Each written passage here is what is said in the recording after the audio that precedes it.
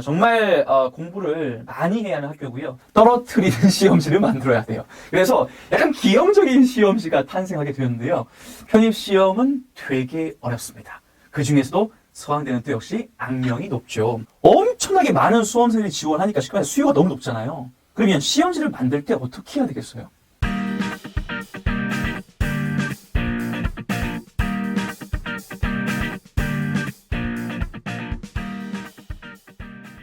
대한민국 입시 영어의 모든 것 대인모죠. 오늘은 편입영어 편 준비했습니다. 편입영어 하게 되면 서성한, 준경, 외시 이런 식으로 이제 서열화 시켰죠. 그 중에서 첫 글자인 서강대 편 오늘 준비했는데요. 서강대 같은 경우에는 도대체 얼마나 모집하는지 그리고 지원자는 몇 명인지 그에 따라서 경쟁률은 얼마인지 다 살펴볼 것이고요. 그 다음에 제가 현직에서 현재 강의를 실제로 하고 있거든요. 영어 강사로서 서강대학교 편입영어를 한번 같이 들여다보면서 어떻게 대비해야 되는지까지 한번 살펴보는 시간을 갖겠습니다. 자, 우선 서강대 같은 경우에 2024학년도 기준으로 해서 아시는 바와 같이 일반 편입과 학사 편입 있지 않습니까? 자, 일반 편입 같은 경우에는 이게 79명, 인문자연 합쳐서 79명 뽑았고요. 자, 이런 바늘구멍을 통과하기 위해서 무려 4천여 명이 넘는 사람들이 수험생이 지원했습니다. 그에 따라서 경쟁률은 53대 1 정도인데 이건 인문자연 합친 거예요. 그러니까 인문 같은 경우에는 80대 1이라고 생각하시면 되고요. 자연이 한 40대 1 정도? 그러니까 어마무지하게 빡셉니다. 자, 이제 학사 편입도 잠깐 보자면요. 자, 학사 편입도 역시 모집 인원은 31명. 정말 애개죠. 자, 이 정도밖에 뽑지 않고요. 자, 이런 31명에 들기 위해서 무려 1000여 명이 지원을 했고요.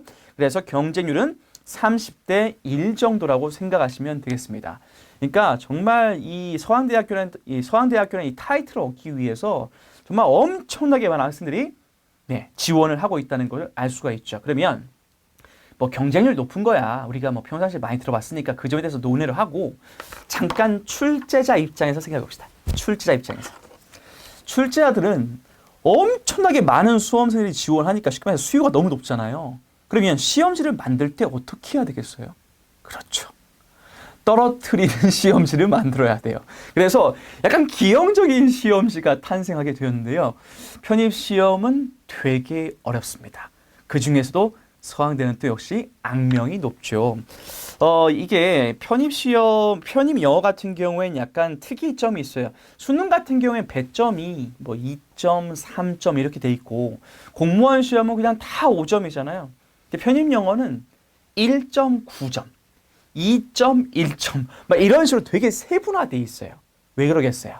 그만큼 동점자가 엄청 많다는 거죠. 그러니까 이게 바로 이제 이 배점에서 볼 수 있다시피 이런 배점을 디테일화 시켰다는 것이 바로 이제 출제자들의 고민 포인트가 된다는 걸 알 수가 있죠. 플러스로 다시 말하지만 시험 영어, 그러니까 편입 영어도 딥다 어렵습니다. 자, 서강대는 되게 악명이 높은데요.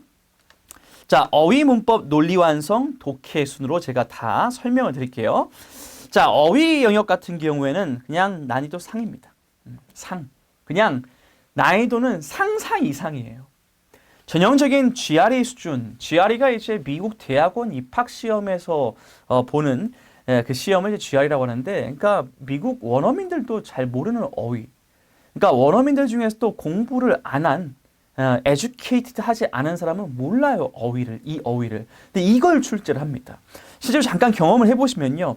제가 찍어드리는 어휘 한번, 이거 지금 출제된 거거든요. 자, 혹시 하나라도 알아요? cursory? 이런 것들? 아는 거 있어요? 하나 알면 축하드립니다. 근데 모른다면 정상이에요. 아니, 수능 공부하고 이거 바로 보면 당연히 모르죠. 토익 공부하고 바로 보면 모르죠. 이거 모르는 것은 지극히 정상입니다. 이 말은 수능 끝나고 토익 공부하다가 편입시험 바로 오면 100% 떨어집니다. 따로 공부를 하셔야 돼요. 그래서 난이도는 정말 어렵습니다. 그 다음에 문법 같은 경우에는요. 상대적으로 평이합니다. 평이. 제가 앞에 이거 보셨잖아요. 상대적. 그러니까 다른 게 워낙 어려우니까 그나마 낫다 이 말이지 절대적인 기준으로 쉽다라는 걸 말씀드린 게 아닙니다. 문법 같은 경우에는 수능이라든가 여러분이 고등학교 정규 교육 과정을 올바르게 수강을 하고 완료를 이렇게 했으면 그러면 보기에 이제 시험 보기에는 크게 무리는 없을 것이다. 크게 무리는 없을 것이다. 물론 좀 더 디테일하게 들어가는 건 있어요. 하지만 굵직한 것들을 내요. 쉽게 말해서. 근데 가끔 반칙을 하기도 해요. 제가 이게 변칙이라고 써놓긴 했는데 문법 시험에 어휘를 내기도 해요. 무슨 말이야? 문법 시험에 왜 어휘를 내? 저도 모르겠어요. 변칙을 씁니다. 그러니까 실제로 기출되었던 거 보면은 exhaustive를 exhausted로 바꾸는 이거 엄밀히 따지면 어휘 문제거든요. 이걸 문법 파트에서 낸 적이 있습니다. 이거 사실 공무원 시험에서도 옛날 문제는 이랬거든요. 그러니까 편입의 스타일을 공무원에서 차용했다는 걸 여기서 알 수가 있죠. 자, 어찌되었든 전반적으로는 상대적으로는 평이한 수준이라서 뭐 사형식 동사니 become post of니 동사 준동사 구분 이건 수능에서 엄청 많이 나오죠. 그다음 형용사 부사의 구분. 자, 이런 것들을 그러니까 굵직한 포인트들을 내서 참으로 다행이다. 자, 어쨌든 뭐 평이한 수준이고요. 대신 비중은 낮아요. 두 문제 정도가 출제가 된다고 생각하시면 되겠습니다.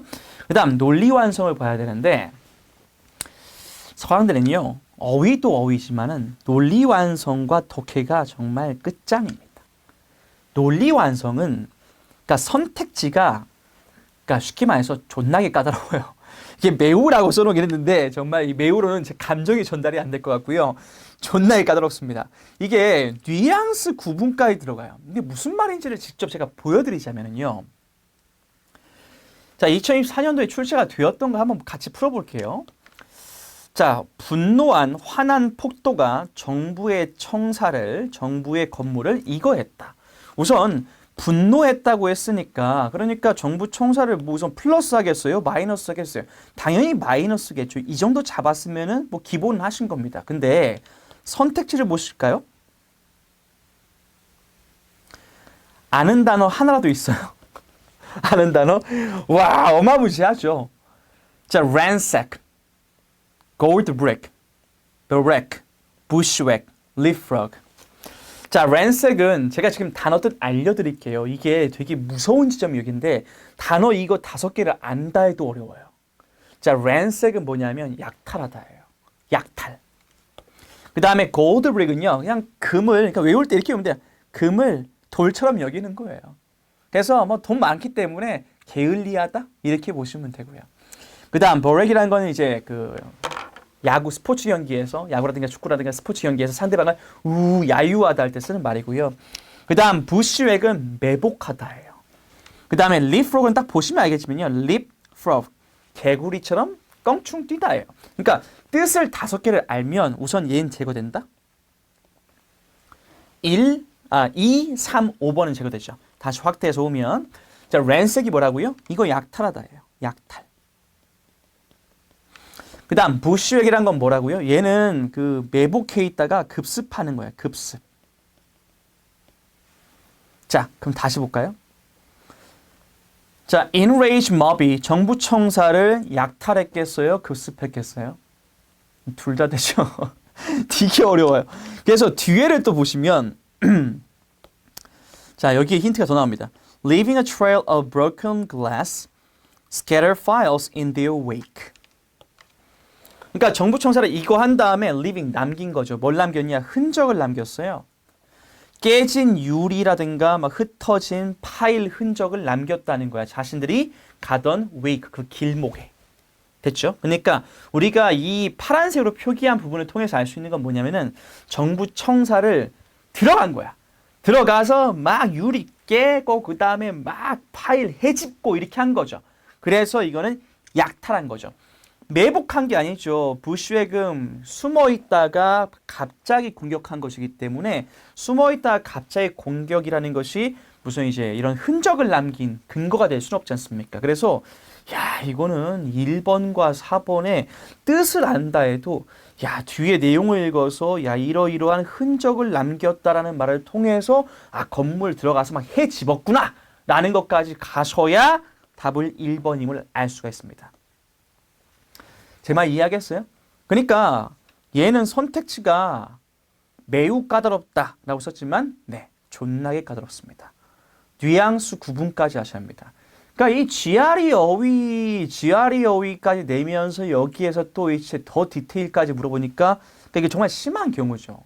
이러니까 얼마나 어렵습니까? 자, 네, 독해를 보겠습니다. 독해는 이게 중앙대는 2022년까지는 우선 40문제였거든요. 40문제. 지금은 30문제입니다. 40문제에서 30문항으로 그 문항수를 줄인 대신에 선택지를 원래 기존 4개에서 5개로 늘렸습니다. 그렇죠? 참고해서 알아두시고요. 자, 독해내에서 어떻게 보시면 되냐면 우선 이 중앙대학교의 특징은 첫 번째는 구문이 진짜 복잡해요. 그 다음에 어휘가 아까 위에서 봤던 그 어휘들, 어려운 어휘들 있죠. 걔네들이 막 배치돼 있어요. 그래서 읽고 난 다음에 이런 잔상이 남죠. 뭔 말이야, 씨. 이렇게 됩니다. 그 다음에 일지문 다문항. 이게 무슨 말이냐면은 지문은 하나가 있는데 그 하나의 지문에 2-3개의 문항이 딸려 있어요. 그래서 일지문 다문항식으로 되어 있고요.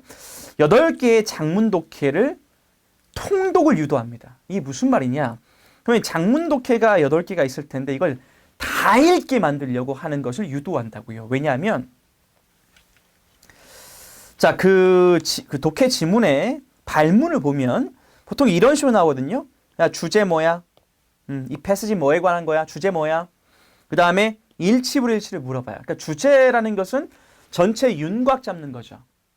됐죠? 사실 주제만 물어보면 다 안 읽어도 됩니다. 근데 밑에 야, 일치불일치. 선지 중에서 일치하는 건 뭐고 불일치하는 건 뭐야? 이 5개 선지 다 줄 테니까 다 확인해봐. 그러니까 결국엔 다 읽게 만드는 거예요. 됐죠? 그 다음에 또 이제 뭐 추론 같은 것도 묻기 때문에 어떻게든 막 다 읽게 만드는 통독을 유도하죠. 됐어요? 근데 이게 서강대학교가 이제 악명이 높은 게 이 길어요, 지문이. 180단어에서 길게는 310단어 정도로 구성이 되어 있는데 좀 감이 안 오죠? 그러니까 170단어 정도가 수능이에요. 그 다음 100단어 이하가 공무원 시험이고요. 180단어, 보여주자. 180단어면 한 이 정도. 위에 거. 이게 178단어입니다. 실제로 기출된 거예요. 자, 서강대학교. 300단어? 이 정도. 자, 지금 이게 311단어입니다. 이걸 다 읽어야 돼. 됐죠? 이걸 통독하게 만들도록 유도한다니까요. 이게 8개의 세트가 있을 거예요. 됐죠? 7개에서 8개. 그래서 굉장히 부담스러운 시험이죠. 그래서 종합적으로 제가 말씀을 드리면 서강대학교 자꾸 중앙대를 말했습니다. 나중에 중앙대학교 설명드릴게요. 근데 중앙대학교 자꾸 나오는 이유가 뭐냐면 중앙대학교도 만만치 않아서 그래요. 중앙대는 나중에 설명드리겠습니다. 어찌되었든 어휘력과 독해력, 특히 장문이 강한 수험생들이 있습니다. 분명히. 그래서 어휘력, 나는 외우는 거 잘한다. 나 뭐 고난도 어휘더라도 이게 여러분 이렇게 생각해야 하는 게 어휘가 어려우니까 나 포기하겠다 이러면 안 돼요. 어휘가 엄청 어려우니까 이거는 오히려 공정한 거예요. 왜? 영어를 잘하는 뭐 해외 교포도, 해외에서 뭐 살다 온 사람도, 그 다음에 뭐 좋은 대학 나왔던 애들도 어쨌든 수능 보고 들어간 애들이니까 다 똑같은 어휘 수준이라는 거예요. 그러니까 쉽게 말해서 이 고난도, 초고난도 어휘는 다 몰라요. 그렇기 때문에 나 어휘 잘 외운다, 뭐 독해력, 장문 강한 편이다 이러면 서강대학교가 여러분에게 유리한 시험이 될 거라는 점이고요. 그 다음에 이건 하나의 팁인데 서강대학교, 성균관대, 한양대 이 서성한 시험이 겹칠 때가 있습니다. 이게 겹칠 때는 서강대학교를 지원하는 게 좋을 수 있어요. 왜냐하면 성균관대학교가 상대적으로, 그러니까 상대적이란 말을 잘 들으셔야 돼요. 절대적으로 쉬운 게 아니에요. 성균관대학교가 상대적으로 쉬운 편이라서 실제로 현장에서 학생들하고 이게 상담하다 보면은 선생님 저는 성균관대학교가 좀 더 저희한테 잘 맞는 것 같습니다. 조금 더 제 타입인 것 같아요. 이런 말을 많이 하는데 그 이유가 성대가 조금 더 지문이 읽을 때 편하게 읽힙니다. 근데 서강대는 읽을 때부터 빡세요. 그렇기 때문에 성대로 많이 가요. 그렇기 때문에 서성한 이게 시험일이 겹칠 때는 역발상으로 서강대학교를 지원하는 것도 여러분에게 한 가지 중요한 팁이 될 수 있다라는 것을 말씀을 드리면서 자, 오늘 서강대학교 편 함께 같이 살펴봤고요. 정말 공부를 많이 해야 하는 학교고요. 여러분이 앞서 말씀드린 것처럼 어휘력, 그러니까 어휘 암기라든가 그다음에 독해, 장문 독해에 대한 자신감이 있는 학생들 같은 경우에는 충분히 역발상으로 성대는 많이 뽑거든요. 그러니까 역발상으로 오히려 서강대학교에 지원하는 것도 하나의 전략일 수도 있다라는 것을 말씀을 드리면서 자, 오늘 이 서강대학교 표준영어 출제 경향 마치도록 하겠습니다.